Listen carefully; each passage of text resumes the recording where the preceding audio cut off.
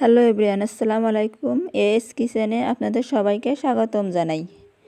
আজকে আমি তৈরি করে দেখাবো ছোটো মাছের চচ্চড়ি। এই রেসিপিটি ঝটপট তৈরি করা যায় আর খেতেও ভীষণ মজার হয়। তো চলুন কথা না বাড়িয়ে আজকের রেসিপিটি শুরু করা যাক। এখানে আমি নিয়েছি ছোটো মাছ, ভালো করে ধুয়ে পরিষ্কার করে নিয়েছি। এখন এটা রান্না করে নেব। এখানে দিয়ে দিচ্ছি পেঁয়াজ কুচি। পেঁয়াজ কুচিটা এই রেসিপিটি একটু বেশি দিতে হবে।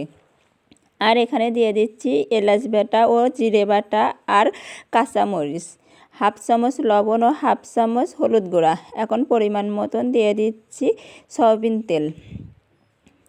এখন এটা ভালো করে হাতের সাহায্যে মাখিয়ে নিতে হবে। এখানে আমি কাঁচামরিচ দিয়ে নিয়েছি, আপনারা চাইলে এখানে শুকনা মরিচও ব্যবহার করতে পারেন। এটা সুন্দর করে মাখিয়ে নিয়েছি, আপনারা দেখে বুঝতে পারছেন। এগুলো একটু এভাবে আলতো করে মাখিয়ে নিতে হবে। এখন এর ভিতরে অ্যাড করে দিতে হবে পর্যাপ্ত পরিমাণ পানি। পানিটা দিয়ে ভালো করে নেড়েচেড়ে মাখিয়ে নিতে হবে। এখন একটা ঢাকনা দিয়ে ঢেকে দিতে হবে। এখন চলে যাচ্ছি চুলায়।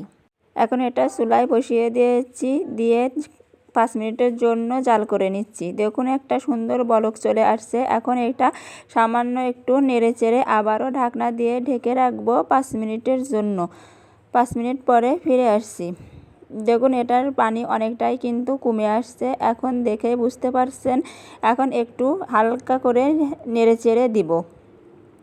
এই ছোটো মাছের চচ্চড়িটা যদি আপনারা হাতে মাখিয়ে রান্না করেন তাহলে এটা খেতে কিন্তু ভীষণই মজা হয়। এখন এটা পানি শুকানো পর্যন্ত অপেক্ষা করব। আপনারা দেখেই বুঝতে পারছেন পানিটা কিন্তু অনেকটাই কমে আসছে। এখানে আর এই পানিটা শুকাবো না। এখন আপনাদের সাথে পরিবেশন করে দেখাবো এটা কেমন হয়েছে। এই ছোটো মাছের চচ্চড়িটা কিন্তু গরম ভাতের সাথে খেতে অনেক মজা লাগে। তো চলুন আপনাদের সাথে পরিবেশন করে দেখাই।